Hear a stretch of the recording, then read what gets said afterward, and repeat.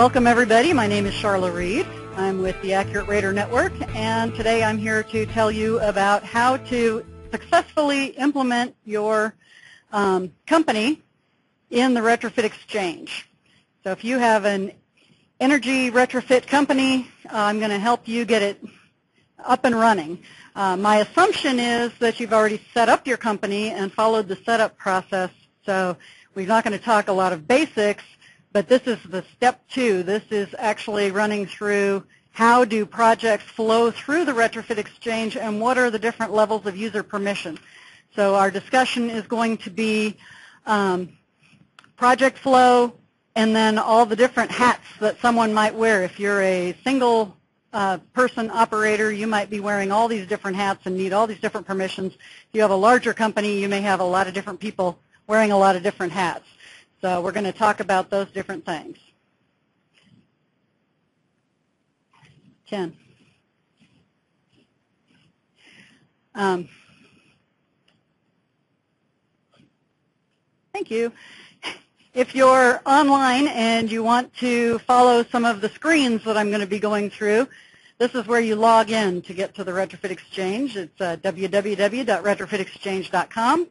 And you'll see there's a sign-in username and password box at the top left of the screen. So what we're talking about is the different permissions that are involved. And if you are the master user of your company, the company owner, when you sign in, you have an admin button on the top left, or admin menu. When you click that menu, you'll see the admin page pop up.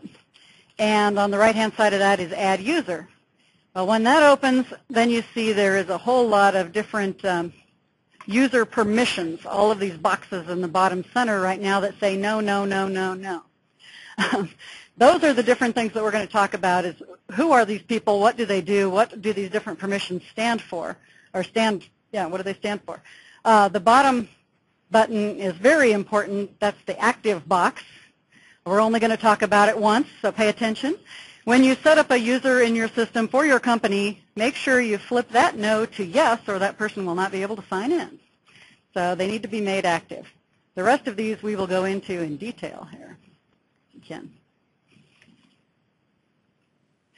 The main person, the master user of the company, is called the Energy Improvement Project Manager, or EIPM. This is a term that we've kind of coined around the energy retrofit industry. And the EIPM has master user permission. The master user has a lot of special permission that no one else has. They can delete users. They can change users' passwords. So you need to be very careful who you give this level of permission to. They are the head Fred of the company, and you'll see several things they can do here coming up. So nothing starts until someone requests work to be done, and that someone in the energy retrofit industry is the homeowner. The homeowner is going to request an energy audit. And what I'm going to do, first of all, to back up a little bit, I'm going to walk you through the complete flow and explain this flow to you. And then we're going to actually go back through the flow and look at the different screens that correspond. So rather than confuse you with all the different screens while we're going through the flow, we're going to understand the project flow first, and then we're going to go through and look at the screens. So homeowner is going to request an energy audit from us. That gets the client service coordinator folks involved, your customer support team. The customer support team has permissions that are called CSR Manager and CSR. They are in charge of contacting the customer, verifying the customer's information. They are going to sell your services. So this is your frontline marketing folks. These are the people who are in charge of making sure that the customer understands what you sell, how much you charge for it, how to set it up, and they're going to sell those services. If they can't close the sale, then you're not going to go any further through the flow. They will also finalize what we call the homeowner questionnaire. The homeowner questionnaire is designed to ask a homeowner all the questions that an energy auditor contractor would need to know in order to price their services. Once that homeowner questionnaire gets finalized, a little magic happens in the system, and requests for pricing are released. Those requests for pricing go out to the Retrofit Exchange network. See, the Retrofit Exchange is not just a tool, it's a network of different contractors.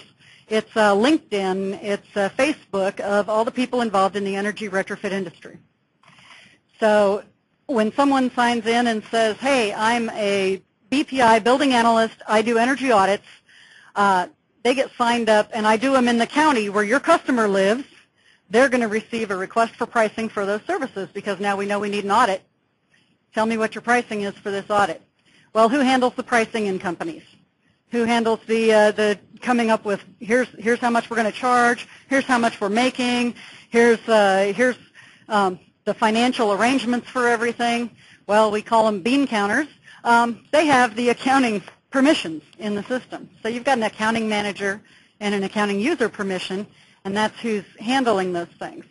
Now, in this case, since this RFP is sent out to the network of people that are involved, that are in this county, this would be, Ken, thank you. This would be accounting managers and accounting users potentially for a subcontracting company. So they might not be within your own company. However, your accounting manager can certainly log in and respond to your own request for pricing. That's fine. But it could be a subcontracting company taking a look at it. They will respond to the request for pricing, and they're going to respond at their wholesale levels, wholesale pricing levels. What this means is your company has gone out, done all the marketing work, they're managing the customer, they're making sure that all the repair or the retrofit work is going to be done. So they're doing a lot of the groundwork that might be required on this project. So you've just saved your subcontractor a lot of time and energy and money, and so they're going to give you their services at wholesale. You're bringing them customers. They respond to that request for pricing, and then the accounting manager, accounting user of the project manager company takes a look at those requests for pricing, reviews what came back, reviews those responses. So this is now back to the EIPM's company. They're reviewing the responses to the request for pricing, and they award the job to whichever contractor they choose. Awarding the job is kind of like getting a save-the-date card. It just means, okay, I like what you've submitted, I like the way you're doing this, and I am going to lock in your pricing, and if the homeowner decides to move forward, you're my man. I'm going to give you the job. In the meantime, your customer support team is talking to the homeowner. They've finished selling the services. They've closed the deal. Homeowner now needs to pay for the work. Okay. There's several ways that the homeowner can pay for the work. Well, they might request financing. Maybe they're getting financing through a mortgage company. Maybe they're getting financing through their bank. Maybe they're requesting financing through your company, asking you to wait and bill them till the job is done.